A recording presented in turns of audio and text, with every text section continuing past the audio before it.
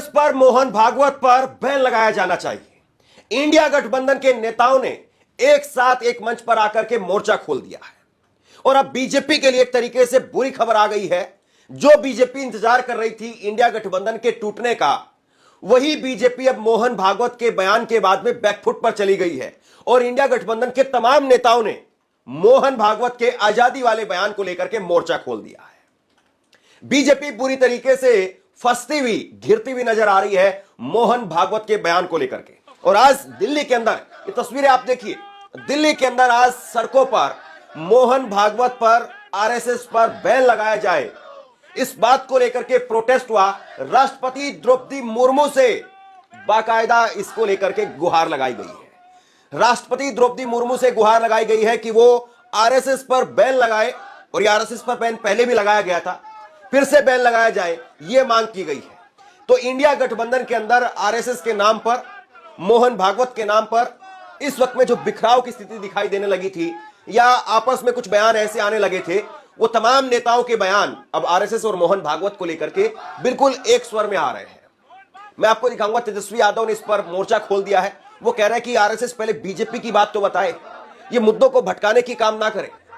और ये वही लोग हैं जो तिरंगे का सम्मान नहीं कर रहे थे। लेकिन उससे पहले ये तस्वीरें जो निकल करके सामने आई हैं, ये तस्वीरें नई दिल्ली में आज एनएसयूआई कांग्रेस की छात्र विंग की तरफ से प्रोटेस्ट किया गया और उन्होंने प्रोटेस्ट करके आरएसएस मोहन भागवत पर बैन लगाने की बात कही।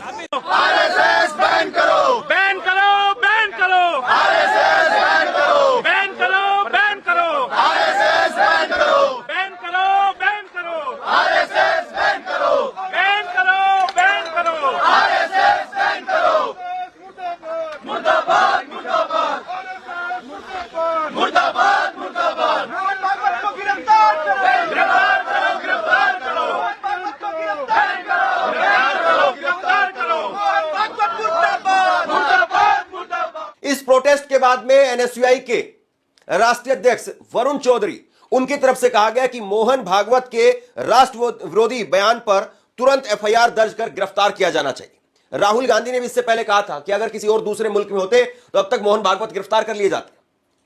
कहा गया कि मोहन भागवत पर एफआईआर दर्ज हो और इनको गिरफ्तार किया जाए। मैं भारत के राष्ट्रपति से मांग करता हूं कि वो भारत विरोधी विचारधारा वाले संगठन आरएसएस पर तुरंत प्रतिबंध लगाएं और ऐसे संगठन और उसके मुखिया की जगह सिर्फ जेल में होनी चाहिए। मोहन भागवत जी, देश से माफी मांगो।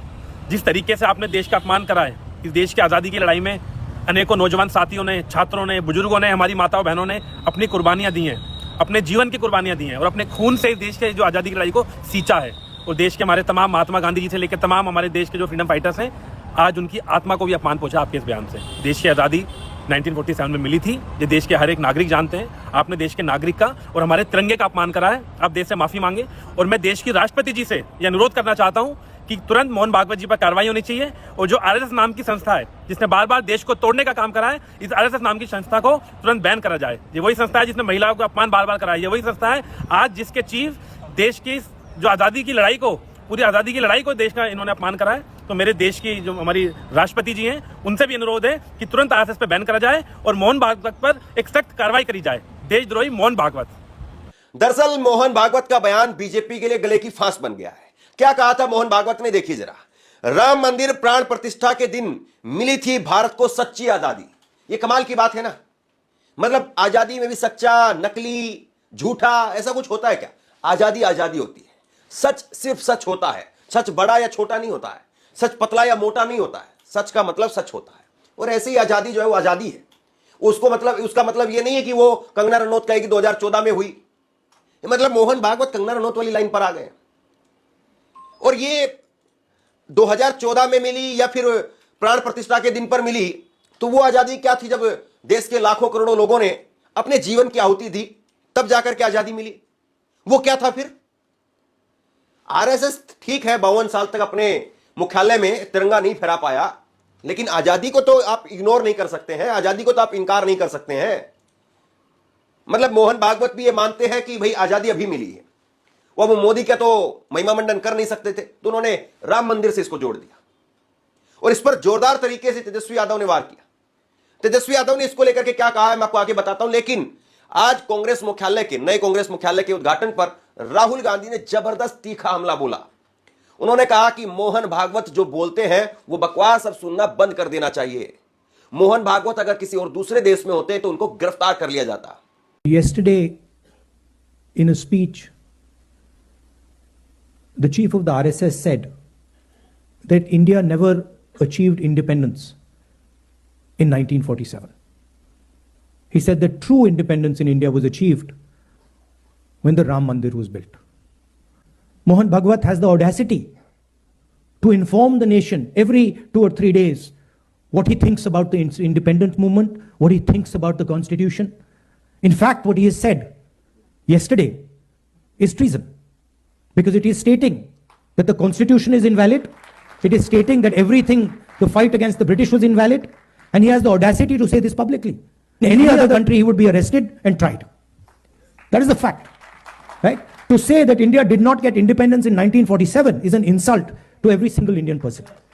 And it's about time we stop listening to this nonsense that these people think they can just keep parroting out and shouting and screaming, right? That is the crux of it. The Congress party has worked with the Indian people. It has built the success of this country. And it has built the success of this country on the foundations of the Constitution. Rahul Gandhi के इस बयान के बाद में Bhajpa RSS के नेता उन पर अटैक कर रहे हैं, उन पर हमला कर रहे हैं कि राहुल गांधी ने यह कह दिया कि वो इंडियन स्टेट से लड़ाई लड़ रहे हैं। दरअसल राहुल गांधी जब आज भाषण दे रहे थे तो राहुल गांधी ने अपने भाषण में यह कहा कि हम आज बीजेपी आरएसएस, और उसके बाद में उन्होंने कह दिया इंडियन स्टेट। अब कांग्रेस की तरफ से कहा गया कि इंडियन स्टेट का मतलब यह है कि भारत के अंदर जितनी संस्थाएं हैं, आज बीजेपी ने उन पर कब्जा कर लिया है, आज आरएसएस ने उन पर कब्जा कर लिया है।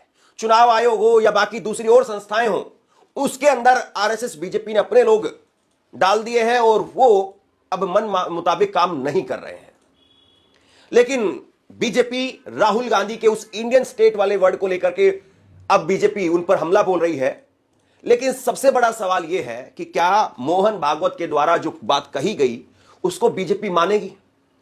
क्या मोहन भागवत के बयान का बीजेपी आधिकारिक